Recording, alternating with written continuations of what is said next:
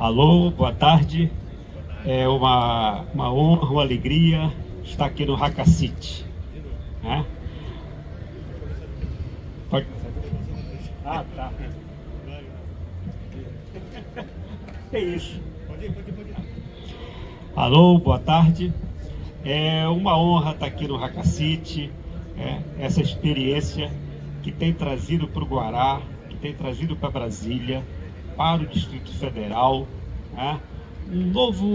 uma perspectiva diferente de como desenvolver as regiões administrativas em Brasília, e quem sabe se inspirar todo o território de Brasília, o país e o mundo.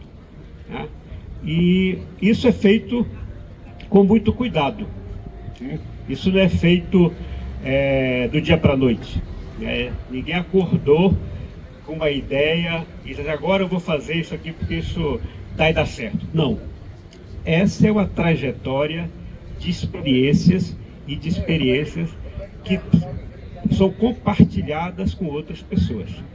Bem, como eu também tenho passo um pouco dessa trajetória, eu vou me colocar aqui à vontade para falar o seguinte: como que nós produzimos o cuidado. Esse é o tema, dentro da ideia da chamada envelhecência. O que é que a envelhecência tem a ver com a produção do cuidado? Essa é uma pergunta que a gente vem se fazendo. E a primeira coisa que eu tenho observado que a envelhecência nos proporciona é a experiência.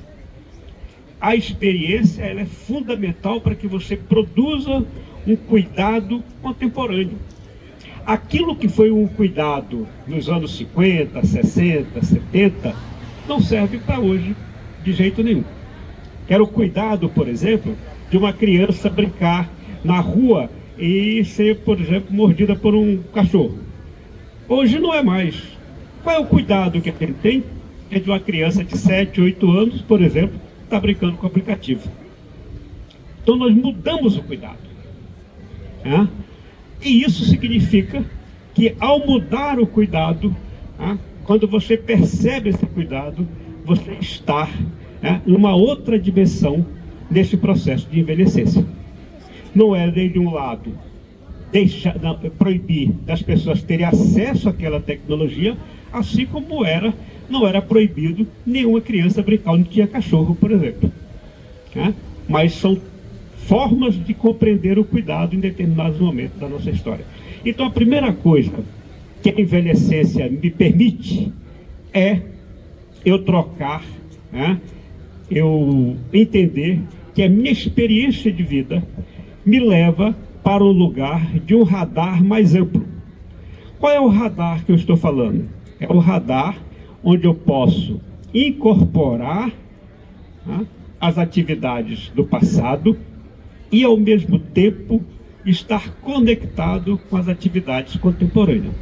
Por isso, chama-se envelhecência, a produção do cuidado, ou seja, eu vou estar sempre produzindo cuidado. Eu vou estar produzindo um jeito de lidar com os obstáculos que aparecem naquela fase da vida, nesse caso, no envelhecimento. Nós somos um país que já tem quase 16% da nossa população acima de 60 anos. Nós estamos com quase 35 milhões de pessoas acima de 60 anos. Isso é Portugal e meio. O Brasil é um país muito grande, aí, 210, 215 milhões de habitantes. Brasília, que é o lugar que eu estou, tem 360 mil pessoas acima de 60 anos. 360 mil. Daqui a 6 anos, ou seja, em 2030, nós seremos 500 mil pessoas acima de 60 anos. Não é um negócio qualquer para uma população de 3 milhões de habitantes. Isso significa que nós em Brasília seremos a primeira unidade da federação que vai inverter a pirâmide. Ou seja, nós vamos ter mais pessoas acima de 60 anos do que criança com menos de 12 anos. Então, a produção do cuidado é estar conectado com o tempo que nós estamos. Claro que a juventude tem um papel importantíssimo e ninguém aqui está colocando uma geração contra a outra, né? Não é isso. Não são os jovens contra as pessoas velhas, não são os velhos contra as crianças, não é nada disso. É que nós vamos ter que conviver. E mais do que conviver, nós vamos ter que conviver bem, porque não vai dar para a gente ficar convivendo, brigando um com o outro. Então é nesse sentido que a produção do cuidado, né, ela tem um significado no que diz respeito, né, à longevidade. Eu tenho 68 anos, né, já estou chamado, né, sou uma pessoa velha, idosa. Da minha experiência, eu sou um homem ativo. Trabalho, continuo estudando, continuo fazendo 300 coisas por dia, levanto 6 da manhã, faço caminhada, depois vou trabalhar, 8 da noite, 9 horas da noite, ainda estou fazendo algumas coisinhas. Agora, o que acontece? Essa idade é o que nós chamamos de envelhecimento ativo. Mas o que é o envelhecimento ativo? Basta fazer ginástica? Basta ir para a academia? Basta comer melhor? Nós estamos dizendo que essa fase já passou. Você precisa ir para a academia, fazer ginástica, fazer caminhada, levantar seu peso, comer melhor, ter cuidado com a tua alimentação. Não dá para ficar comendo linguiça todo dia, não dá para fazer gracinha todo final de semana, churrasco, com cerveja e tal. Isso não quer dizer que você não tome a sua cerveja, que você não vá no seu churrasco, de que um dia você não coma linguiça, não quer dizer nada disso. O que eu estou dizendo é que não dá para fazer isso todos os dias. Como se você tivesse 25, 30 anos e que você pudesse fazer o que você bem entende. Então, essa fase da chamada envelhecimento, que nós chamamos de envelhecência ativa, ela já é uma realidade no Brasil. Qualquer bairro que você for, em qualquer cidade do Brasil, você tem as academias, as chamadas PECs, né? Ponto de encontro de cultura, né? Que tem lá na comunidade, né? As PECs. Você tem academia em todos os bairros. Então você chega lá, está cheio de pessoas com 60, 65, 70 anos, está tudo certo. Está andando, está fazendo caminhada, está tudo certo. O problema é que nós somos um país que não vamos chegar na longevidade. O que eu estou dizendo isso? Nós vamos ser uma cidade, no caso Brasília, que nós vamos ter muitas pessoas longevas, acima de 75 anos. 80, 90 anos. E quando nós chegamos nessa fase, se você foi uma pessoa que fez a sua trajetória da envelhecência com certo cuidado, você vai chegar aos 80 anos tranquilo. Sem diabetes, né? Sem o colesterol alto, sem pressão alta ou pressão baixa, sem com poucas dores. Mas se você não tomou esse cuidado, achou que podia fazer qualquer coisa, ou que você era eternamente jovem, você vai chegar aos 80 anos com certeza absoluta, com algumas dificuldades no campo da saúde. E aí você vai viver 70, 80, até 70, 80 anos, mas sofrendo. Quem tem condições de fazer isso, pode pagar um médico, pode ir para o plano de saúde, pode ir para... e vai. Mas quem não tem? E a maioria não tem. Então o que nós estamos dizendo é o seguinte: nós temos que tratar efetivamente de uma longevidade com dignidade. Por isso que nós temos o festival chamado Fertienvelhecência, o Festival da Longevidade. No Ecoenvelhecência, nós tratamos de temas que não estão vinculados aos temas chamado comum para a velhice. Qual é o tema comum para a velhice quando a gente vai conversar com algumas pessoas? Saúde. Cara, como é que está a saúde? Você está tomando isso? Tu já tomou o remédio tal? Ora, isso, quando você parte desse princípio, é porque você não está prestando atenção que tipo de pessoa vai chegar à longevidade com a produção do cuidado. No nosso caso, no Eco Envelhecência, o primeiro ponto de diálogo vai ser o impacto da crise climática na população idosa. Aí as pessoas falam assim, mas o que tem a ver isso com a população idosa? O impacto da crise tem, e muito a ver. Porque esse é um tema contemporâneo. Esse não é um tema da juventude, esse não é um tema do pesquisador, esse não é um tema do ambientalista, esse é um tema das pessoas. Então, se eu tenho capacidade de conversar sobre o impacto da crise climática com uma pessoa de 30 anos, uma pessoa de 40 anos, uma pessoa de 50 anos, que está na academia, que é um ambientalista, que é um ativista qualquer, é porque eu sou contemporâneo. E não é a idade minha que interessa, nem a sua. O que interessa é se eu sei ou não sei sobre esse tema. Se eu posso ou não posso tratar sobre ele. E não é de tratar de orelhada, eu ouvi dizer. É se eu estou entendendo o que é a crise climática no Brasil e no mundo. Por que ela impacta as pessoas idosas? Por que ela impacta as pessoas mais pobres? Por que ela está sendo preocupação para os grandes investidores, como nós já ouvimos aqui na palestra anterior? Por que trata isso? E por que eu não posso conversar isso? Só porque eu sou velho? Só porque eu tenho 70, 80 anos? Quem falou isso? Onde está escrito isso? E quem falou que você que tem 30, 40 anos domina esse tema mais do que eu porque você é ambientalista? Onde é que está a sua experiência? Então a produção do cuidado, ela está vinculada às coisas contemporâneas. Por isso que nós fazemos o Eco Envelhecência. A segunda coisa que nós estamos tratando é sobre a produção do cuidado em si. O que é a produção do cuidado em si?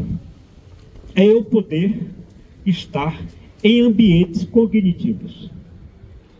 Os ambientes colaborativos, que faz com que eu possa, a partir da minha ideia, do meu conhecimento, e do seu conhecimento, e do seu, e qualquer conhecimento que está aqui, nós possamos transformá-lo num conhecimento coletivo.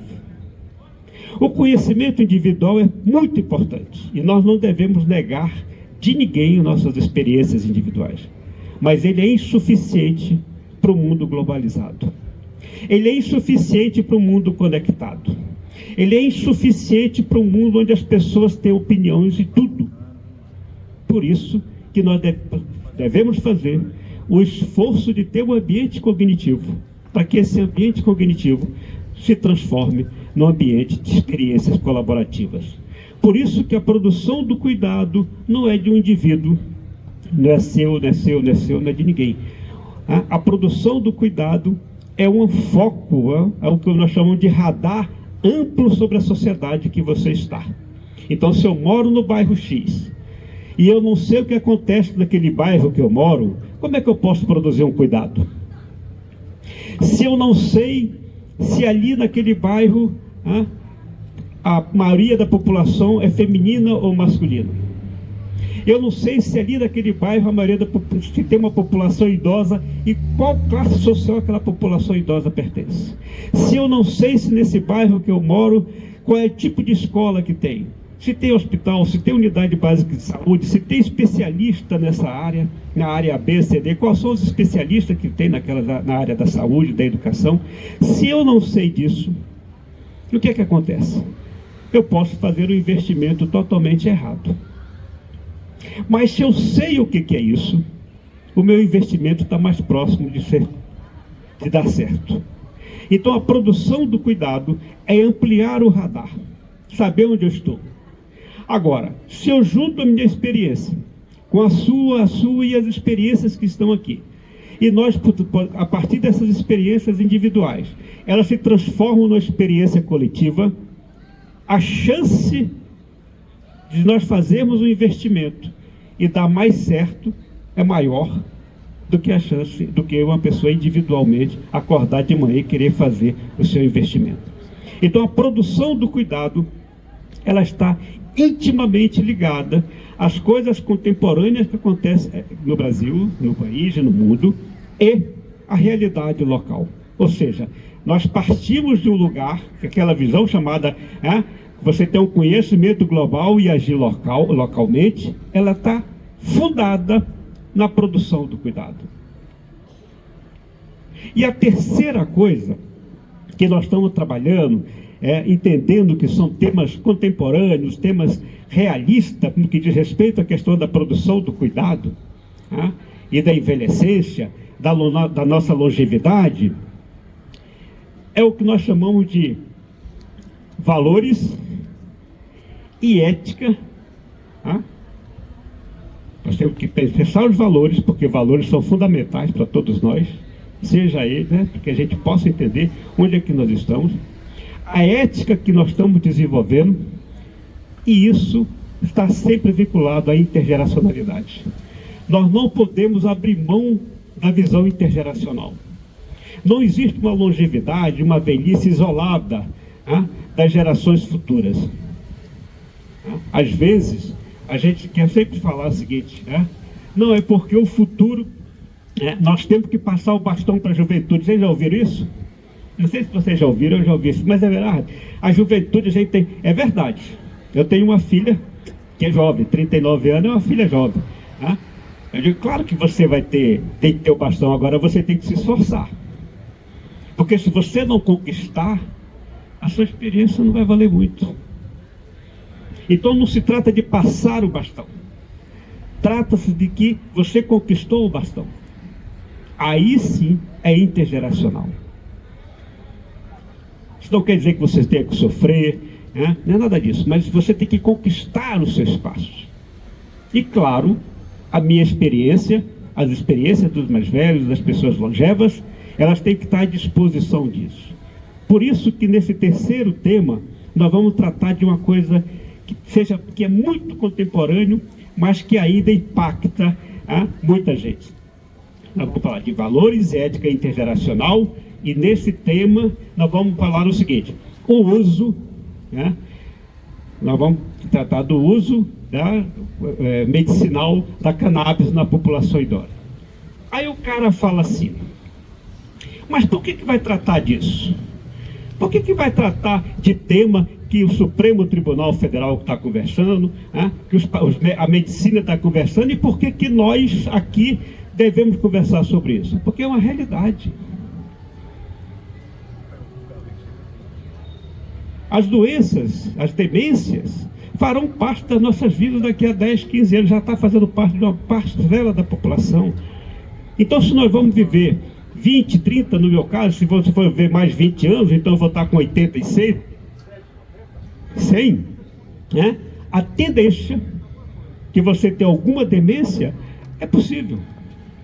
E se existem estudos científicos e práticas e experiências com pessoas idosas, com o uso da cannabis, do uso medicinal da cannabis, por que eu não converso sobre isso? E por que eu estou conversando sobre isso do ponto de vista intergeracional e ético? Eu não estou conversando isso do ponto de vista da segurança pública, do ponto de vista do preconceito. Nós estamos conversando do ponto de vista ético, do ponto de vista de valores. Porque nós temos que estimular cada vez mais que o conhecimento seja reconhecido como fator fundamental para que a gente possa pautar a nossa prática de vida. Por isso que no terceiro tema, nós estamos tratando da ética e valores, de valores e ética intergeracional. E por isso que nós estamos tratando no subtema o uso medicinal da cannabis na população idosa. Então, a produção do cuidado, ela tem que estar sempre na contemporaneidade. Ela não é algo desligado da realidade, e muito menos, não é só para cuidar quando você já chegou no buraco. Eu tenho dito para os meus amigos e amigas da minha idade, que a gente conversa muito, e eu convivo muito com eles, que não basta controlar a diabetes. Eu quero é não chegar lá. Não basta controlar o colesterol alto, controlar a pressão alta ou baixa, é não deixar isso chegar lá. E uma das coisas que tem mais levado alguns meus amigos a tratar da doença como exemplo de cuidado, eu digo para eles: não vamos fazer isso. Nós não vamos tratar da doença para dar exemplo do cuidado. Nós vamos produzir um cuidado que a doença não seja necessária. E por último, para a gente conversar, por que as pessoas acham que nós velhos, né, nós idosos, idosas, que é um negócio que as pessoas têm medo de falar que é velho. Eu tenho um irmão de 86 anos e ele sempre liga para nós, ele mora em Belém, e ele pinta o cabelo e o bigode. E quando ele me vê aqui, ele fala: mas você está tão novo, cheio de cabelo branco, rapaz, e barba branca. Ele está. Aí eu, olha, José, medo de ficar velho.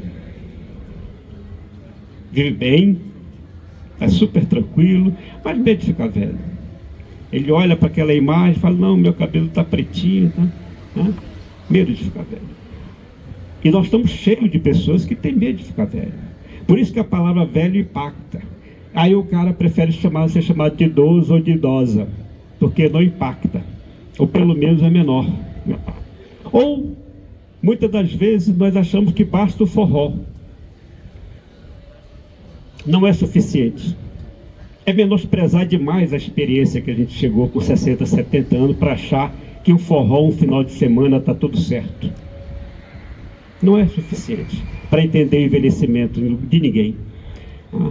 Então, produzir o cuidado é questionar tudo isso. Questionar por que é velho, por que é velha, por que não basta só o forró, por que não basta cuidar da doença. Nós teremos que questionar isso. E por que é importante o nosso conhecimento não ser mais um conhecimento individual, mas ser um conhecimento coletivo. E como produzir isso coletivamente? E aí eu tenho uma experiência para contar para vocês. Eu moro numa casa coletiva, intergeracional. Moro assim, vou lá, fico 3 dias, 4 dias, depois volto para outra casa. É uma maneira que eu tenho de fazer da minha relação intergeracional. E lá tem criança, que fica de vez em quando lá com a gente. Tem uma pessoa com 80 anos, e eu e mais 2 que temos 67 e 68 anos, e tem 4 pessoas que têm entre 27 e 40 anos. Então a gente mora junto, mora no mesmo ambiente. Eu fico lá uma parte grande do meu tempo. Todos nós trabalhamos, e todos nós conversamos toda hora, que pode. Trabalhamos, contamos nossas coisas, e estimulamos um ao outro e a outra a melhorar. Por exemplo, alguém começa com ansiedade. A gente fala: rapaz, vai no terapeuta. Qual é o problema de ir na terapia? Que eu sou de uma geração que terapia era para o cara que já estava, pneu, acabou. Terapia não tem nada a ver isso com uma coisa com a outra, mas a minha geração condenava. Então, a gente conversa com as pessoas mais novas, jovens, e diz: olha, procura o terapeuta, cara. 2 vezes por mês, está tudo certo, conversa, não tem problema nenhum. Qual é o segredo que nós temos? Que segredo é esse que eu não posso contar a você, a você, a você, a você? Não tem nada de princípio. Não tem nada que eu tenha feito proposital, um planejamento para te machucar. Qual é o erro? Onde é que nós estamos que a gente não pode conversar das nossas coisas? E aí eu conto sempre lá em casa o meu projeto que eu realizei depois da pandemia, que chama-se Eu Conto a Minha História, Nada de Segredos. E quando eu fui contar a minha história, primeira fase, eu fiz o seguinte, para contar a história. Eu peguei a minha vida pessoal, dos 7 anos aos 66 anos. Dividi em 7 fases. Cada fase eu contava 4 fatos que fez eu chegar até aqui do jeito que eu estou. 4 fatos. Eu só não falava de duas coisas e já era pactuado na reunião com as idosas e com os idosos das associações. Eu não falo de religião, porque religião cada qual tem a sua, não, para evitar também problema. E nem da minha intimidade, porque intimidade cada um tem a sua, também não interessa a intimidade de ninguém para ninguém. Tá? Essas duas coisas a gente pactuava, isso não conversa. E o restante eu vou contar 4 fatos em cada uma dessas fases que eu acho que fez eu chegar até aqui. A primeira região administrativa, a primeira associação foi na Ceilândia. Tinha umas 40 pessoas lá na roda e eu fui contar a minha primeira fase, que é dos 7 aos 15 anos, quando eu mudei de Belém para cá. Cheguei aqui com 15 anos, em 1970. E aí, contei, minha mãe teve muita influência na minha vida, na vida da minha família toda. Minha mãe foi muito influente, porque nós somos uma família de 10 filhos homens.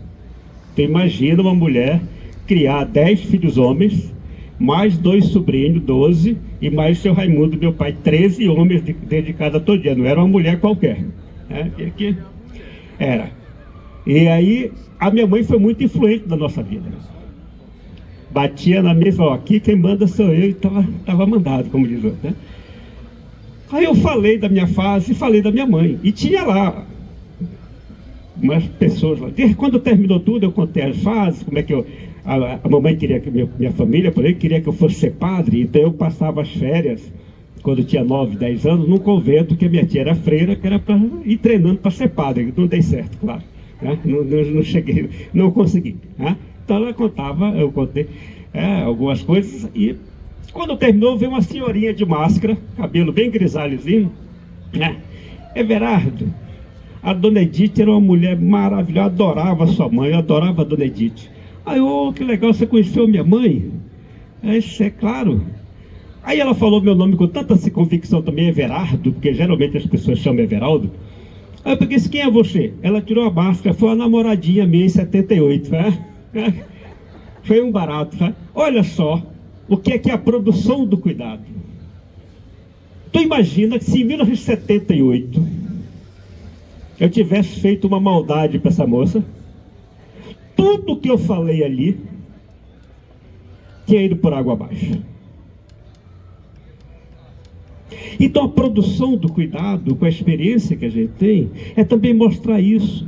A sua responsabilidade que você tem, com o que você faz hoje, que vai ter repercussão daqui a 30, 40 anos. Essas coisas que parecem relativamente simples, elas têm um impacto na sua vida. Então a produção do cuidado não é um negócio que você inventa porque você acordou de manhã, eu quero inventar alguma coisa. A produção do cuidado é aquilo que você viveu eticamente, moralmente, né? Com perspectivas de futuro, com a construção do futuro. É isso que lhe dá condição. Então, quando você conta suas histórias intergeracional, quando você está numa casa coletiva, quando você está num ambiente cognitivo, tudo que você ouve e tudo que você faz, ela tem impacto futuro. Então, quando fala para alguém, vai no terapeuta, qual o problema? É ótimo. É para a pessoa ir. Ou então é o seguinte, você está cansada? Vamos entrar na piscina? Qual é o problema? Mas eu tenho que trabalhar, tem que trabalhar. Mas nós podemos pular na piscina aqui agora, dar um mergulho e volta para trabalhar. Né? Podemos fazer a comida junto hoje? Eu cuido do meu lugar, do meu ambiente, onde eu estou, por exemplo, na casa coletiva, né? Que a gente faz esse esforço. O seu ambiente individual é você que cuida. O ambiente coletivo, nós que cuidamos. Hoje a gente estava ouvindo aqui de manhã sobre a questão a Juliana Morrone estava falando sobre a questão do lixo. Nós produzimos pouco lixo, porque nós economizamos fazendo muita coisa. Né? Na prática, no dia a dia, no cotidiano, para não só falar da questão ambiental, mas exercitar aquela experiência que, do ponto de vista ambiental, ela tem impacto. Né? Então, nós temos feito um esforço nesse processo da construção, da produção do cuidado, para que ele seja mais do que uma fala, mas seja um exemplo entre nós e para as pessoas que estão convivendo conosco, tanto do ponto de vista ambiental, quanto do ponto de vista das relações interpessoal, porque nós falamos sobre isso, como que nós podemos melhorar a nossa relação de indivíduo e do coletivo, respeitando a individualidade de cada um. Você é vegano? Meus parabéns, você é vegano, está tudo certo. Eu não sou vegano, está tudo certo. Agora, nós podemos conversar, por exemplo, sobre um dia da semana ser vegano? Nós podemos conversar sobre um dia do mês ter churrasco? Olha, essa capacidade também no ambiente coletivo, ele ajuda a gente a compreender para onde é que nós estamos levando a nossa longevidade. Quando essa capacidade é perdida, quando a gente abre mão dessa possibilidade, nós estamos dizendo o seguinte: eu já estou no fim mesmo, então tanto faz para mim. E eu estou dizendo o seguinte: eu não estou no fim, eu estou inventando coisas e quero usufruir das coisas, né? Eu quero continuar fazendo as coisas e aprendendo coisas e fazendo coisas, porque qualquer um pode estar sujeito a morrer a qualquer hora, velho, novo, isso não tem nada a ver com a idade. A chamada finitude não tem nada a ver com a idade. Nós chegamos na finitude e aí, eu digo para todo mundo, ainda bem que chegamos. Ninguém quer virar, eu não quero virar pedra, como dizia minha mãe. Não quero virar pedra. Mas eu posso tê-la o máximo possível dessa longevidade ser prazerosa. E para ser prazeroso, uma das coisas mais importantes nesse ponto de vista da ideia coletiva é você não estar só. Porque estar só não é não ter gente em volta. Às vezes tem cheio de gente em volta e você está só. Mas o mais importante é você não ter ou não fazer parte da estatística, né?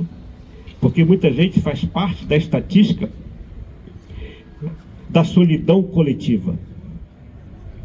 Que tem muita gente que está aqui achando, né, coletiva uma, mas está só.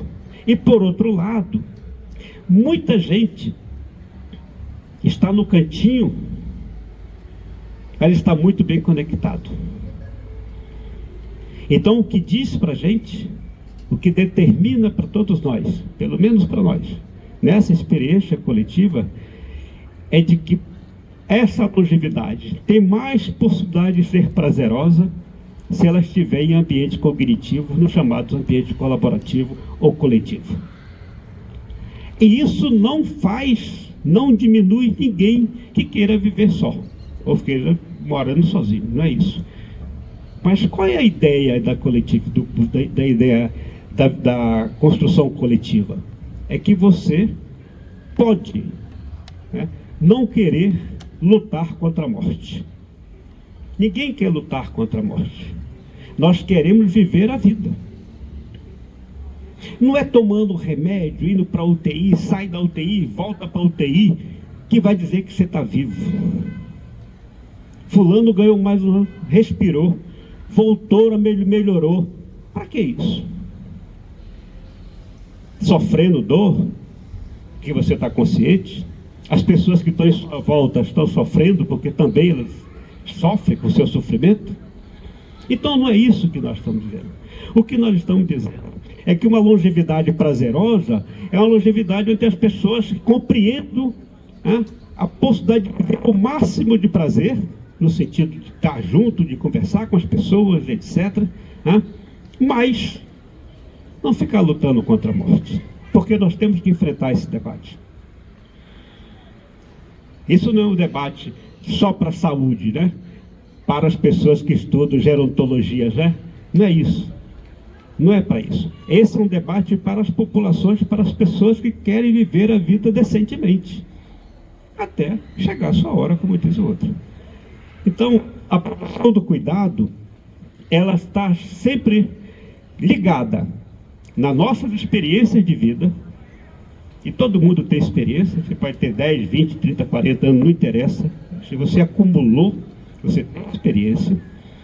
Ela está vinculada às coisas contemporâneas, o que está acontecendo no mundo atual. Nós não podemos sair do mundo atual porque achamos que nós já estamos no fim. Né? Elas precisam estar vinculadas aos valores éticos e intergeracional. Porque todas as gerações têm coisas a contribuir. Todas elas. Não existe aquela que a minha geração foi melhor, foi diferente. Eu estou até... algumas pessoas falam assim, mas era melhor nos anos 70, 80, eu digo, não sei, eu sei que era diferente. Agora, cada um aproveitou de um jeito. Tá? As pessoas da minha geração com quem eu ainda tenho convivência, né, contra alguns deles, né, alguns eu acho que estão bem legais, outros eu acho que não são tão bem legais assim, mas estamos aí nos respeitando. Então, eu queria deixar aqui esse entendimento para que a gente pense na produção do cuidado, na envelhecência, nesses três grandes aspectos, esses três grandes eixos. Para que a gente, ao estar nas casas coletivas, nas casas colaborativas, nos ambientes cognitivos, a gente possa despertar na nossa comunidade, despertar com os nossos amigos, despertar aos nossos vizinhos, de que melhor do que se esconder, ou melhor, de querer ser eternamente jovem, novo, é você estar consciente de que você chegou até aqui como pessoa idosa, como uma pessoa longeva, com muito carinho, com muito amor, com muito orgulho e com muita força de vontade. Ninguém chega aos 70, 80, 90, 100 anos sem querer. Ninguém chega. Eu estou aqui, mas nem sei por isso. Não, porque se esforçou, se dedicou, fez coisas importantes, fez coisas que fez bem ao coração, fez bem a sua capacidade de refletir, achou amigos, se empenhou em melhorar a vida das pessoas, se empenhou em melhorar a sua vida pessoal. E eu não estou falando aqui do ponto de vista material, não, estou falando da qualidade de vida, do seu sentimento, das suas relações com as pessoas, com as relações com os seres, com as relações com o ambiente que você está. São essas coisas que fazem com que a gente possa produzir conceitos do cuidado que leve em conta um cuidado coletivo e que nós não transfira isso exclusivamente para o Estado, que é aquela ideia de que a pessoa idosa, a pessoa velha, a pessoa longeva, o Estado tem responsabilidade, não vai ter e não tem condições de dar condições para todos nós, porque nós teremos uma população enorme, hoje já quase 36 milhões de habitantes, de pessoas acima de 60 anos, do país, e, por exemplo, em Brasília, 364 mil pessoas. Então nós não vamos ter, o Estado não tem condições. Nós temos que achar alternativas para que a gente possa viver com dignidade, com respeito, respeitando as gerações futuras e, ao mesmo tempo, ajudando, estimulando, potencializando o conhecimento que está acontecendo nesse momento no país e no mundo. Então é isso, e fica aí para a gente bater esse papo. Muito obrigado, gente.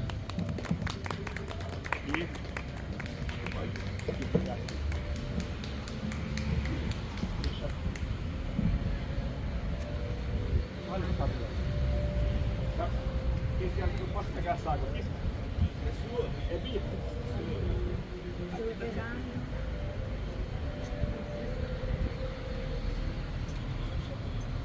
E aqui tem? Aqui se alguém quiser perguntar, bater papo, a gente vai botar.